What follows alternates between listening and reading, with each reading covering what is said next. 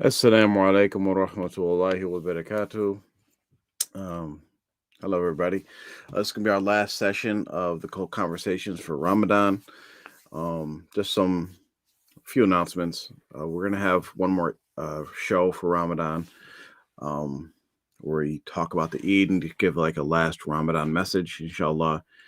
And I believe for the cult conversations on Sundays, we're going to maybe go down to once a month or maybe twice a month, depending on the feedback that I get, um, just so we can focus on some other things as well, and not be too busy with the stuff that we're doing regarding R2F work. So that's that. So we're gonna just get right into it. Just let me just take care of a few things, and we'll pull up the. So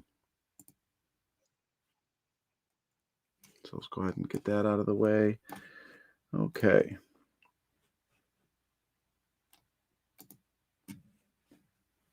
All right. Okay, so we're gonna finish up the last discussion on cult conversations and well, not cult conversations regarding Islamic leadership.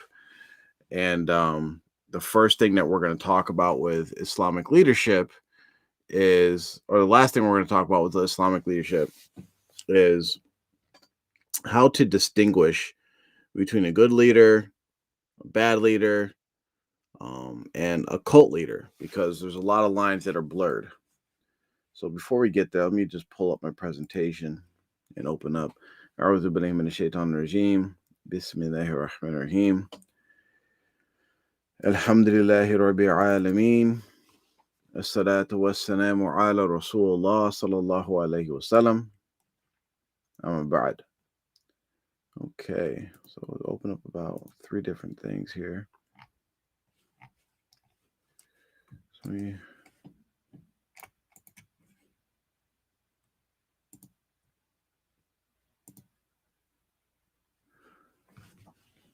okay. So when we're talking about leadership, and we know about the different types of leaders. We talked about the qualities and characteristics of good Islamic leaders,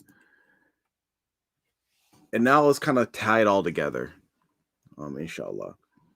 So we clearly talked about what good leaders are, especially good Islamic leaders. We talked about the charisma. We talked about the leadership, the planning, leading by example, and all these different things. And we used the most perfect leader that we have is Prophet Muhammad sallallahu alaihi wasallam as our example. So by going over what a good leader is, it also covers what a bad leader is, because a bad leader is what a good leader isn't, right? But now we're talking about what is a cult leader, okay?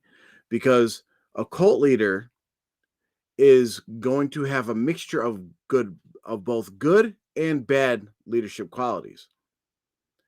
In fact, it's very hard to distinguish a cult leader from a bad leader and a good leader, because the necessary qualities that it takes to actually become a cult leader, you actually have to have some good leadership qualities. For instance, you have to be charismatic.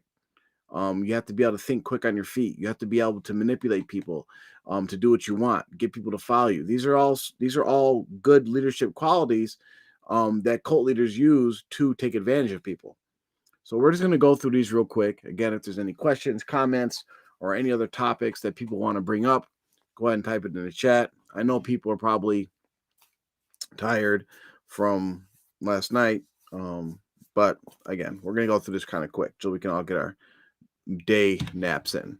So let's talk about a bad leader. Okay. What's a bad leader? 1 second. I have to close the call. I got too many windows opened up right now. I'm just trying to. Okay. So a bad leader. A bad leader, some qualities of a bad leader, and we covered these before in the previous episodes, is that they act like they know it all. They have an answer for everything.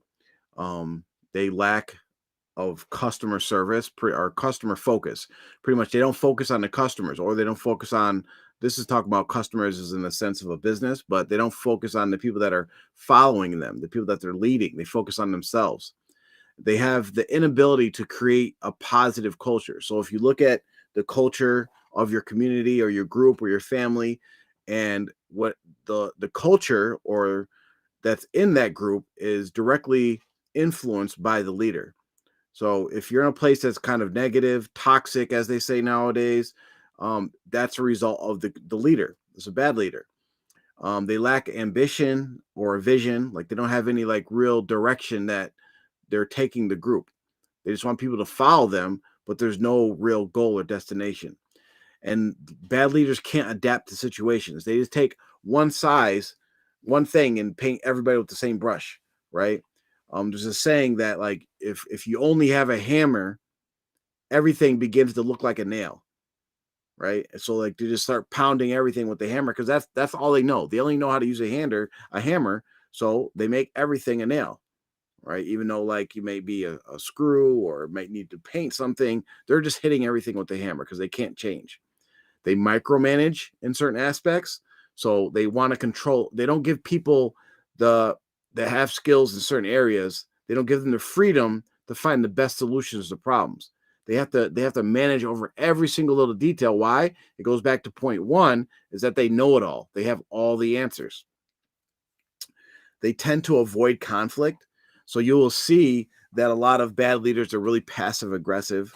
They don't know how to check things or address things head on, right? And you'll see this even in like say domestic situations where maybe a spouse is upset with something of their other spouse, their significant other, and they'll do a lot of passive aggressive things instead of just saying, hey, what you said or what you did upset me, or I believe it was wrong, let's talk about it. Instead, they'll do a lot of under the table pokes and jabs, comments to get their anger off their chest because they actually want to avoid the conflict, but at the same time they want to create drama. They want to let you know they're upset, those types of things.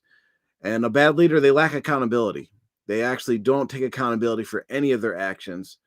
And another quality is they are not present, right? They actually like when they're needed, when their people need them, they're actually not there. Okay, so those are the qualities of a bad leader. We already talked about the qualities of a good leader. Now let's look at cult leaders. Okay, cult leaders. Oops, went too far. Okay, what about cult leaders? Well, one quality you'll definitely see with a cult leader is that they're very narcissistic, right? They think that they're special for some reason. And when you put this into a religious sense, like they'll say that they have some kind of divine or connection to the divine, or that they are divine themselves. You'll see in a lot of Christian cults that they say that they're Jesus Christ reincarnated, or, they're the Messiah, or they're the direct connection between them and Jesus. The same thing happens in Islam, where the people claim that they talk directly to Allah, or they talk directly to Rasulullah, or they'll make up, fantasy stories about like there's magical courts in this other world that they go and visit and they get direct instructions, basically just saying like they're special. They can create they have miracles, they have powers to do all these supernatural things, and they always have to be the center of attention. Why? Because it's that narcissistic quality in them. Like for instance, you'll see that some cult leaders, if like for instance in Islamic sense, say you're in an Islamic cult, Islamic based cult, say the group starts liking a certain book, or they like following a certain sheikh or on YouTube or whatever, the cult leader will actually get jealous and actually do something to put themselves in the middle of everything. For instance, like in the cult that I was from, there was a lot of talk about the end days and the Mahdi return and all that. You would see the cult or the cult leader actually get jealous and then somehow try to tie themselves or make themselves more important than even the Mahdi. So they're constantly seeking admiration of others, and that's that narcissistic quality in them. um, Cult leaders are actually charismatic, which is a positive quality in regular leadership. Like they know how to charm people. They know how to say things that people want to hear. So they have high social skills, but you will see that they'll use that charisma not to get people to do like necessarily good things that might benefit society or benefit themselves.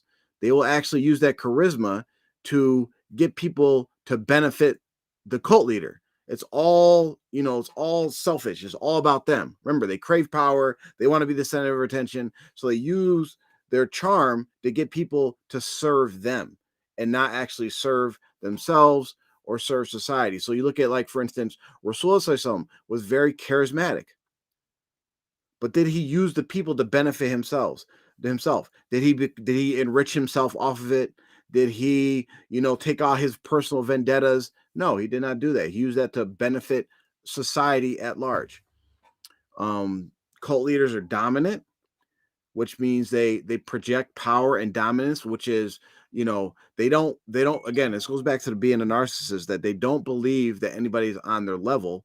So they actually have to always assert their authority or power over um their people, right? And they'll do different things like that to make sure that they're seen as being more powerful than their followers, like whether it's eating separately from them, having their followers serve them, these types of things, like servant class, where you see it with good leaders, like regular Islamic leaders. They'll actually be with the people, they'll serve the people, they'll talk with the people. They'll be accessible to the people.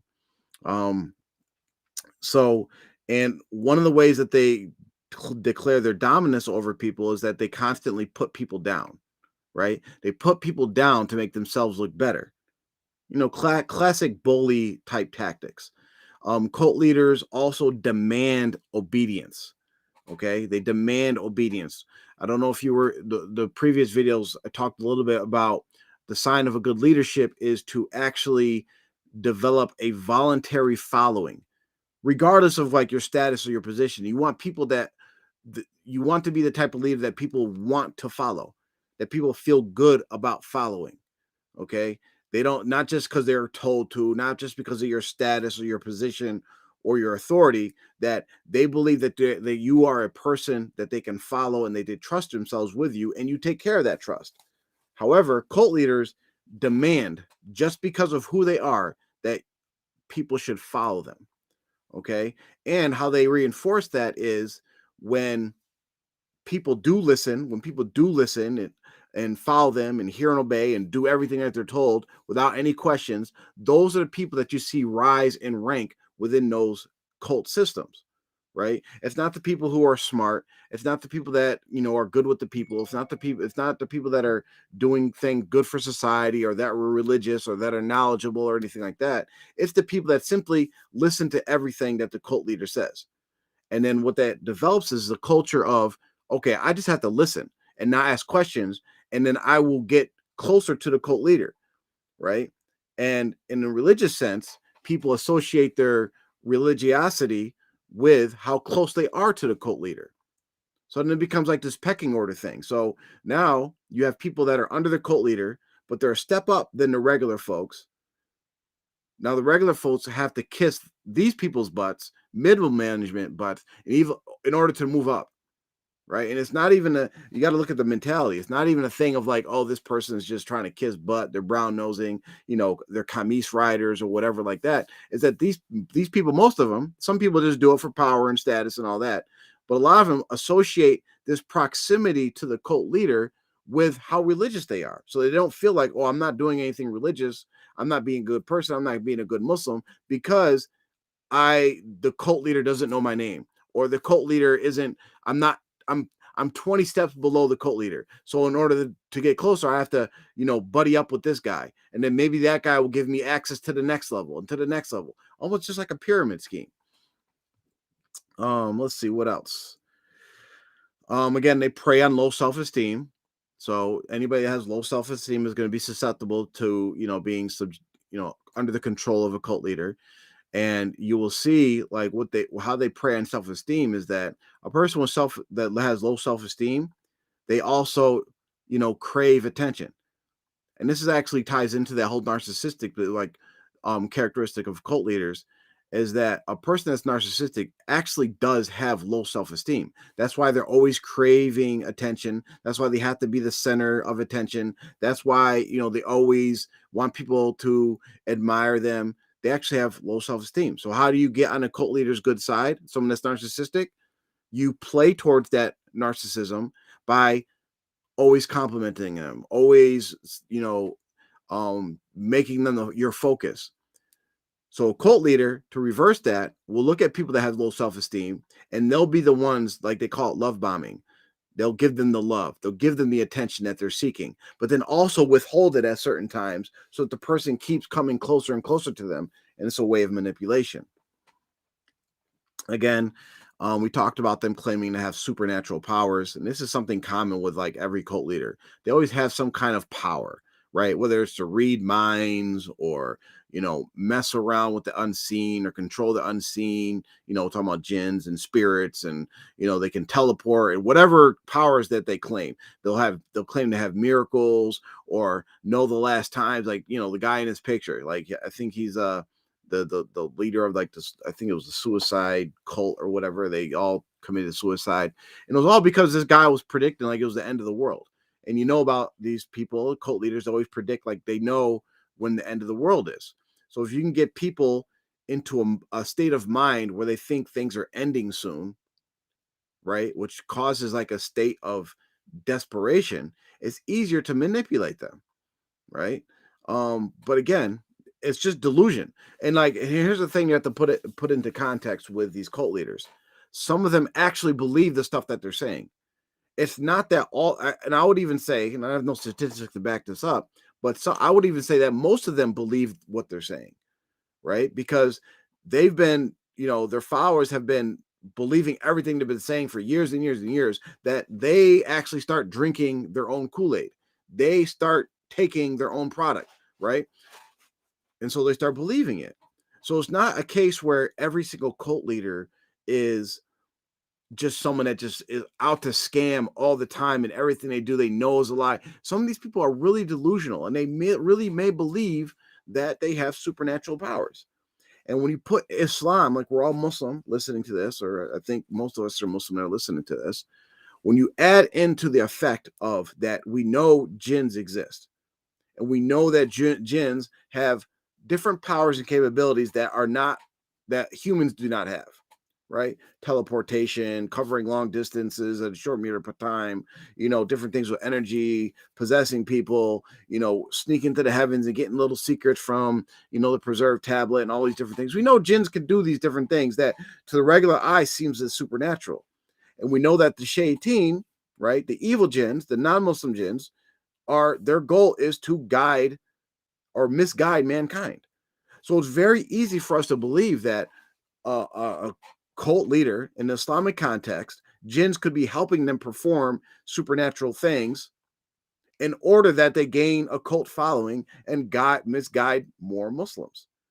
So it's very easy to explain from the Islamic context where, for instance, a cult member might say, are you saying that my sheikh is false? Well, how are you saying that when I see my sheikh teleport, or I see my sheikh float, or I see my sheikh perform XYZ miracle?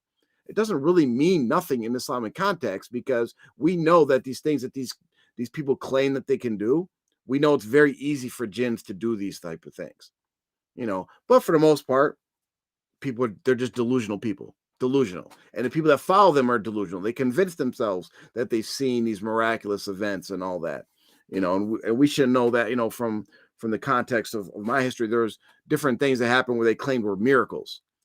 And if you showed anybody else in the world these things that they claimed were miracles, every Muslim would be like, that's ridiculous. How is that a miracle? But people convince themselves, all because the cult leader said it's a miracle, so everybody has to believe it's a miracle, right? What else do we have here? So they're arrogant and they're boastful. So you will see, and I wanted to point this part out, that one, you could see that they're arrogant. It's very clear that these cult leaders are arrogant. No matter how non-arrogant or humble they act or the words that they say. For instance, a person that says, "I'm so humble," it actually disqualifies them from being humble because they're actually bragging about them being humble. That's a sign of arrogance, actually. A person that's humble will not have to let anybody know, "Hey, I'm humble." Okay? They You can see by their behavior, the way they talk, that they're very arrogant and they're always boasting about something. This goes back to the narcissism that, they want to create power. They want to show people like that they're some kind of special person. This is how it's a good sign of that they're a cult leader. There's a old saying that, and especially it's in a Sufi saying that it says, beware of the person who makes claims. Or in other words, beware of people that claim to have this special status or be special people, because in fact they aren't.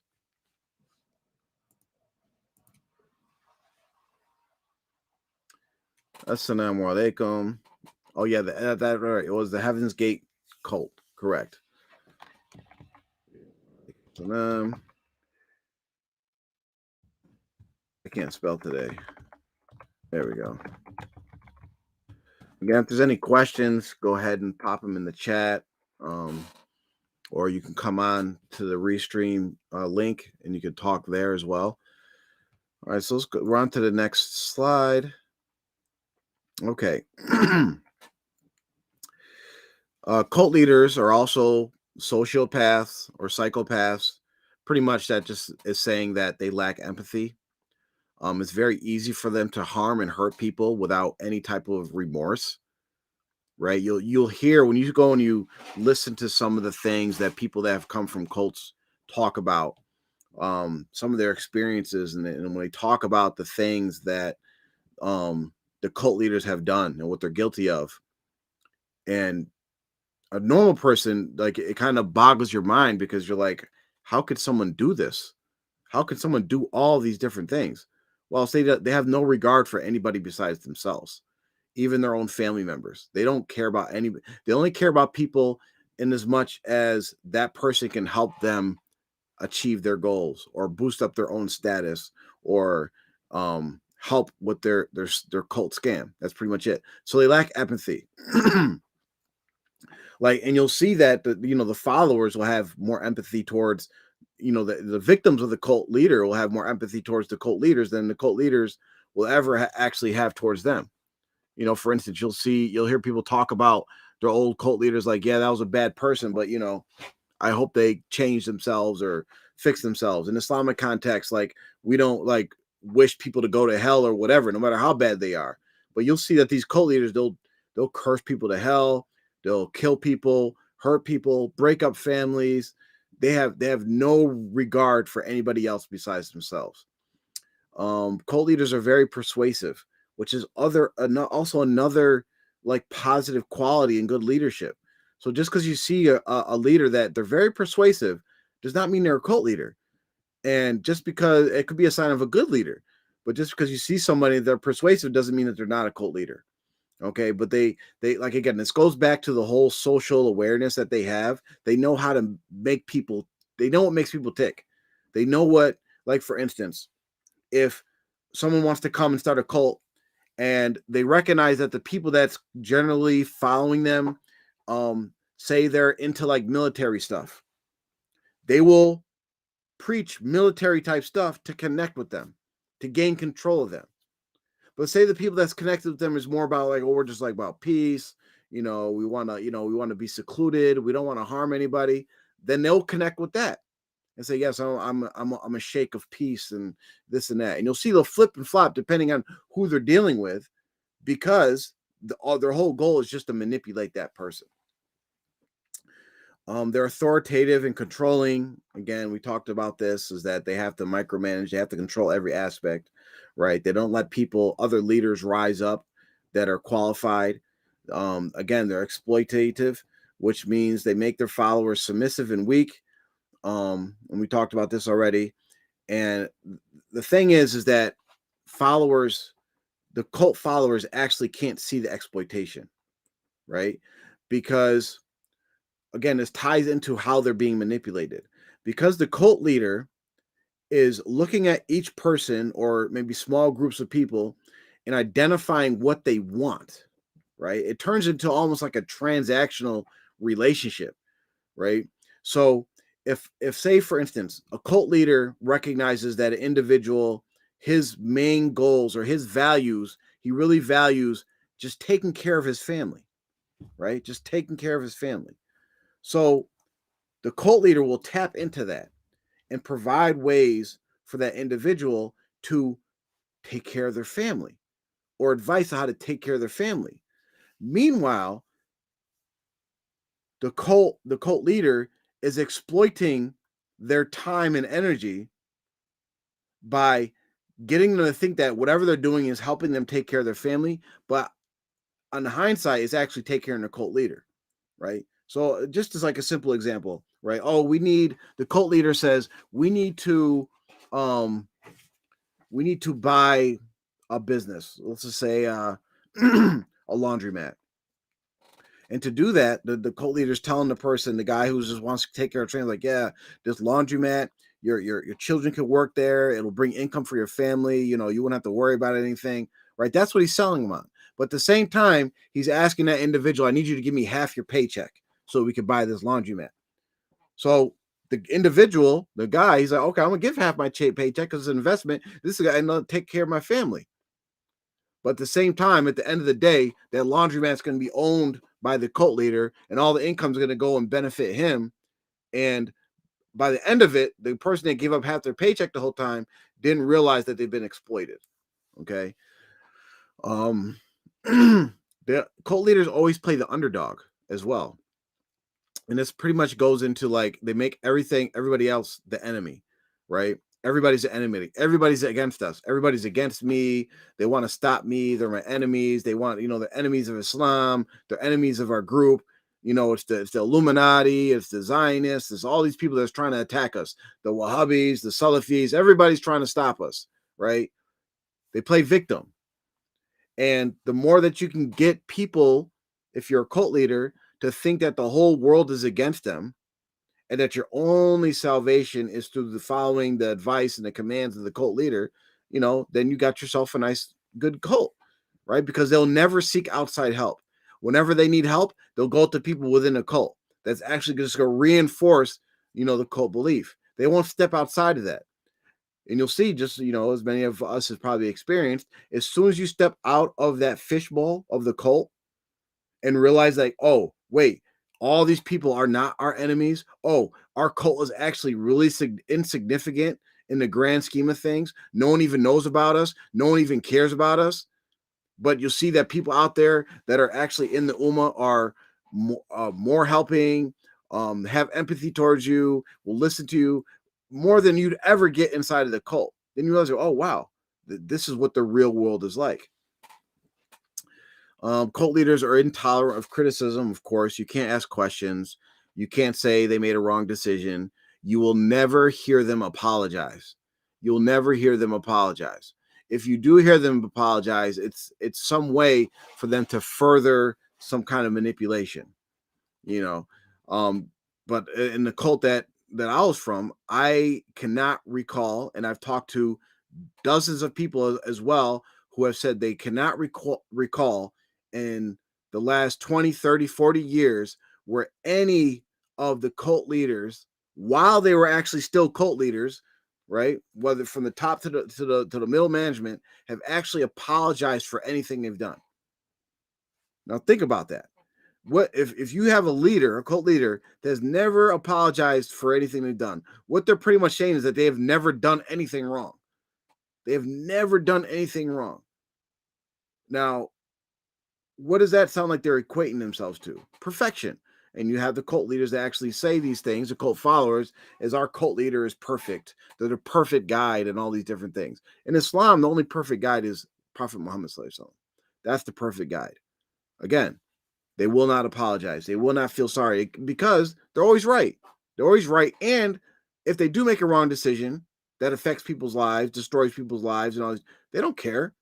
They don't care because they don't have any empathy. Again, and finally, they are visionaries, right? They not in the sense of when we talked about as a positive quality of good leader, Islamic leaders, about being visionary, seeing the future and setting goals and a plan to achieve that future. We're talking about visionaries where they actually think that they can tell the future.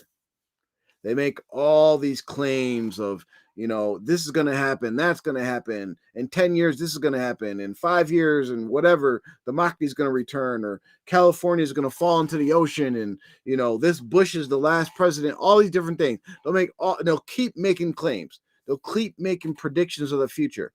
And you'll see 99.9% of them never come true. But then the one claim that might be kind of close to being coming true, they will jump on that. See, look, I predicted this. And then they'll forget all the 99 other predictions they made that were false. Anybody could do that. I could do that. I can make a bunch of predictions about the future based on what I know right now about the present and the past, and write them all down. You'll see that some of them come true. But cult leaders and cult followers will erase all the things that are incorrect. Like, for instance, my previous cult leader predicted that California I think it was like by 2000 or something like that, would be under the ocean. Under the ocean. That was a prediction. It's still not under the ocean. Still not. My previous cult leader also predicted multiple times that the Mahdi would return. 10 years later, or not return, the Mahdi would be here and would be the end of times and fight against the Dajjal, and that Isa bin Maryam, alayhi salam, would return. 10, 13, 15 years later, still has not happened, right? So, and you'll see this, like if you look at documentaries with these all doomsday cults do the same thing. They make these predictions, and then when the prediction doesn't come true, they come up with some kind of excuse for why the prediction didn't come true, and then it's kind of just move forward. And you would think that cult followers, right, once they made this big prediction, like a significant prediction, like in Islam, right, the Mahdi appearing and announcing himself is a very, very significant prediction. It's a prediction that even Rasulullah, the Sahabas, and no other good Muslims have ever made, because we know that we're not going to know when that actually happens. So to make that prediction is a very significant thing. You would think that once that prediction didn't come true, that followers would be like, oh, wait, something is up. This guy that I've dedicated my life to, that supposedly gets his information directly from Allah, predicted that the Mahdi would show up on X and X date. And it hasn't happened. Not even close. I mean, 2 years, 5 years, 10 years, 15 years have passed, and it still has not come true. And every time it didn't come true, you just made another prediction. So you have to use their logic to say, okay, obviously he's not talking to Allah. We know that anyway. If we do some Islamic under research and talk and look into like whether people can talk to Allah and all that, we know that's not true. But for those who don't have that knowledge, you thought he was talking to Allah, you thought he was talking to Rasulullah, and you thought he told you that they told him or gave him this information, this knowledge about when specifically the Mahdi was going to appear, and it didn't happen. So one, you have to say, okay, if I'm going to believe that he's talking to Allah, then I have to believe that he just lied to me about so if you're saying he does know when the Mahdi is going to return, then, or Mahdi is going to appear, then that means he lied to you. Then you have to ask the next question is, okay, well, why would Allah be talking to someone who's a liar? Right? The other train of thought you can just go to and say, okay, obviously if the prediction didn't come true, obviously he's not talking to Allah. Right? Obviously he's not talking to Allah. Maybe something told him the day of the Mahdi is going to return. Jinn, his own dreams, whatever the case may be. Whatever told him that, wherever he got this information from, maybe it up. So at best, you have 3 possible options. 1, he's a liar. I'll say 4 possible options. 1, the cult leader is a liar. 2, the cult leader is delusional, right? Just delusional, just having voices in his head, listening to whatever. Or 3, that the cult leader is being manipulated by the jinns. Okay, that's 3. Fourth possibility is all of the above. Okay, so and you would think, like, again, I went on a tangent. You would think that people would wake up when these things happen, but however, it doesn't happen. You'll see that in all these cults, when these cult leaders make these crazy predictions that don't come true, people just act like nothing happened and keep following the cult leader. So it's really sad, you know. But again, this was the the presentation of Islamic leadership, and I wanted to end it just talking about cult leadership to tie it into the cult conversations. If you guys have any questions, post them in the chat. I'm going to check the chat now to see if there's any questions. What is a typical childhood upbringing of a cult leader? There isn't one. Not from what I've seen. From the documentaries I've seen and from the stuff I've seen on various cult leaders, there's no like common thing that says that, oh, this person is going to turn out to be a cult leader, right? It's kind of like saying, like, how can you predict someone's going to be a scam artist? You just don't know. There's all types of things that can happen during their childhood that could cause a person to start being a narcissistic, manipulative person. And again, like this idea of, so cult leaders, you can have a person that has the qualities of a cult leader in almost any situation. They don't necessarily have to actually have a cult that they lead, like a group that they lead. You could see a person in a domestic situation, a husband or a wife that is a narcissist, that is manipulative and controlling and all these different things. They're just being a cult leader in their household. So a cult leader has all those qualities, except that for some way that they get a big following from people and they actually produce a cult. So again, there's nothing specific that says, oh, this person is going to turn into a cult leader, so it's really, you just never know. Anybody can become a cult leader if they have those qualities and they gain a following.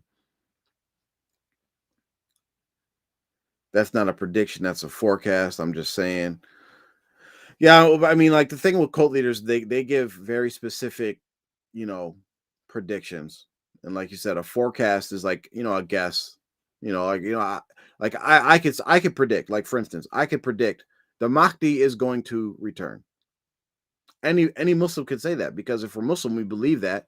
I keep saying return because it wasn't here yet. The Mahdi is going to appear. I can make that prediction. Why? Because Rasulullah told us this. This is, in a hadith. Rasulullah told us this. So we know it's going to happen. And we know Rasulullah doesn't lie. I didn't really predict anything. But when I say the Mahdi is going to appear in 2 years, now that's a specific prediction that's going outside the norm of Islamic standards, right? I'm saying in 2 years, the Mahdi is going to be here. Now, when that doesn't come true, that means I'm full of crap. Okay? I'm full of crap for even making that prediction. Like, so for instance, if I tell my family members, right, if I wanted to keep, because this is how cult members can keep going, because every generation loses some stuff that the previous generation had, right? So say you have a cult, hypothetically, where the cult leadership passes down from father to son to wife, widow, daughter, son. Say they just keep the leadership in the family from generation to generation. It's very easy to keep a cult scam going because every generation can make their own prediction. Because the third generation is not going to know what the first generation predicted. Maybe they'll hear rumblings of it, they'll hear rumors of it, all that. So literally each generation of leaders can make their own prediction of when the Mahdi is going to appear or when the end of times come. And they could do that on perpetually to the future until someone starts connecting dots. Like, wait a minute. I have here in this video that the original cult leader said the Mahdi was going to appear in 2005. And in 2020, the new cult leader said the Mahdi is going to appear in 2045. And it just takes people thinking a little bit, connecting the dots and showing, because there's contradictions everywhere. But you'll see, like, there's so many predictions that these cult leaders make that just simply just don't come true. Are there any other questions? I'm gonna hang out for a few minutes to see if there's any other questions. Type them into the chat. Again, as far as cult conversations after Ramadan, we're not doing anything next Sunday. Let me just see when the next show will be. It's going to be in May, inshallah. And I'm going to figure out whether I want to do every 2 weeks or every 1 month. I'll probably do once a month. Maybe like the last Sunday of each month, but we will see. And we will also have one more show with Mubarak and myself, giving Ramadan reminders. The next show will be closing out Ramadan and talking about some of the sunnahs of the Eid. And we do not know when our next R2F show will be. Again, we're trying to do those either once a month or every 3 months, just to cover relevant topics when they do come up. Again, we're welcome to contact any one of us at any point in time, and we will get back onto our regular TMOA cult specific stuff after Ramadan. I'd like to thank everybody for attending, and we hope everybody has a good Ramadan and really maximize your worship in these last 10 nights to take advantage. Inshallah, that we all catch the Laylatul Qadr. And that's all I have for today. So, alhamdulillahi rabbil alameen. Assalatu wassalamu ala rasulullah. Assalamu alaikum wa rahmatullahi wa barakatuh.